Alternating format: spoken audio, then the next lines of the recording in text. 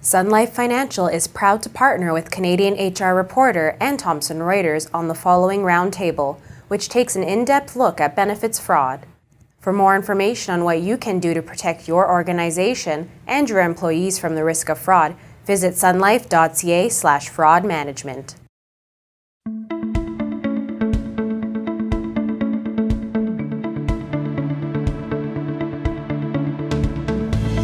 When people hear about benefits fraud, they may not know exactly what that means, but many employers, healthcare providers, insurance companies, and industry associations, along with law enforcement, are more than familiar with the term.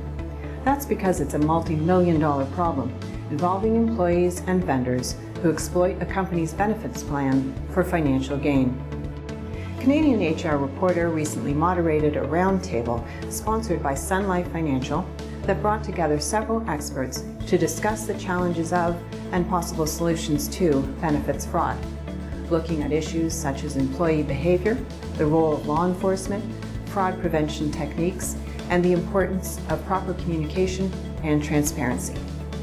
In this video, the first of a three-part series, panelists talk about what exactly benefits fraud is compared to benefits abuse, and give examples of the different types of behavior commonly seen. Basically, anybody who takes advantage or abuses or uses deception to exploit a company benefit plan would be classified as benefits fraud, basically. So it involves that deception, and we have there's different levels of it. There's abuse, where somebody is just exploiting benefits which within the parameters of the plan and may not be illegal. And then there's other cases where it's just, you may have members attending clinics that don't even exist, yet submitting receipts for it. So that would be a fraudulent benefit. So we generally say the fraud is when you're purposely misrepresenting and doing it for financial gain, right? And generally for fraud, it needs to be proven in a court of law. Whereas abuse would be, like you were saying, someone who's just really exploiting their plan, using all of their benefit coverage for a calendar year, regardless of whether or not they actually need the service medically, right? Exactly. So it's one of the things we saw is, a person going in with a prescription for particular benefits, say orthotics or whatever, and coming away with a designer purse. That sort of thing, and those are really hard to catch because there's actually a transaction that happens. We also found in our investigations with Sun Life too is that there are companies that don't exist, or they might be fronted as sort of a company, but you have to give a certain person's name to actually get in the door, and then you can choose from a myriad of different products as long as you have the script, the prescription signed off. The other thing we saw is stolen, because in the hospital we saw stolen prescription pads. That had happened as well.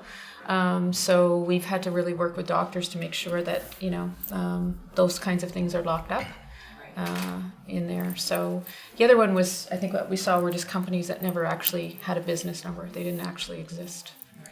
So the thing with clinics in Ontario is that it's not regulated, so anybody could open a clinic, right? So you may be dealing with someone who's not even really a health professional at the front in the office, dealing with someone who's legit behind, but not at the front.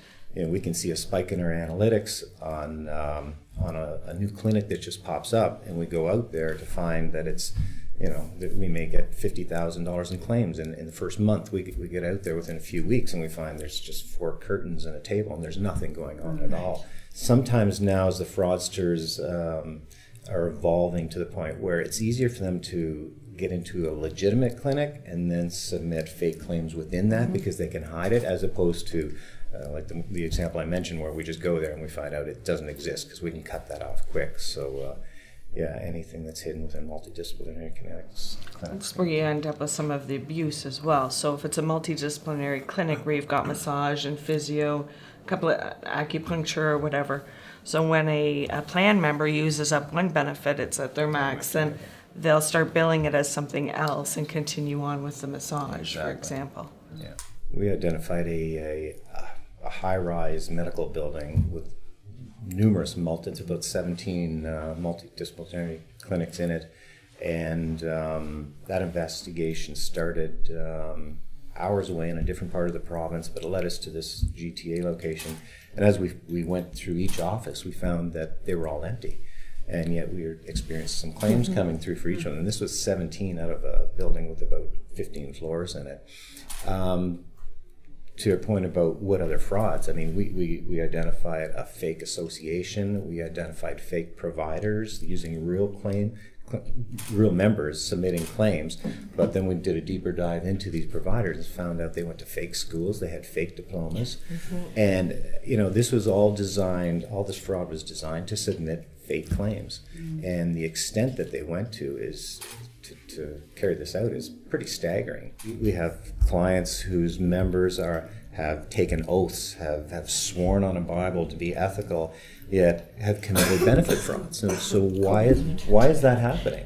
When it's happening because somebody out there has rationalized it to them that it's not theft, that it's part of your plan, it's budgeted for, don't worry about it, and you didn't get a raise, so you can exploit the plan by doing this. But it's hard for some clients to get their heads around the fact that you've got health benefits. They're so well intended. Who would ever abuse them? Particularly, who would abuse them? Who's in a profession that is, like I said, maybe sworn or taken an oath or registered and gone through all this. Yet we're seeing it happen anyway. We found when we went through some of the investigations, some people would just come right out and tell you, right, that they knew it was wrong, and somebody said, well, it's not that wrong. So people can rationalize it in their own minds. But, I mean, they paid the ultimate price in losing their jobs. That's the ultimate price. And, from our housekeeping staff to nursing, it was right across the board.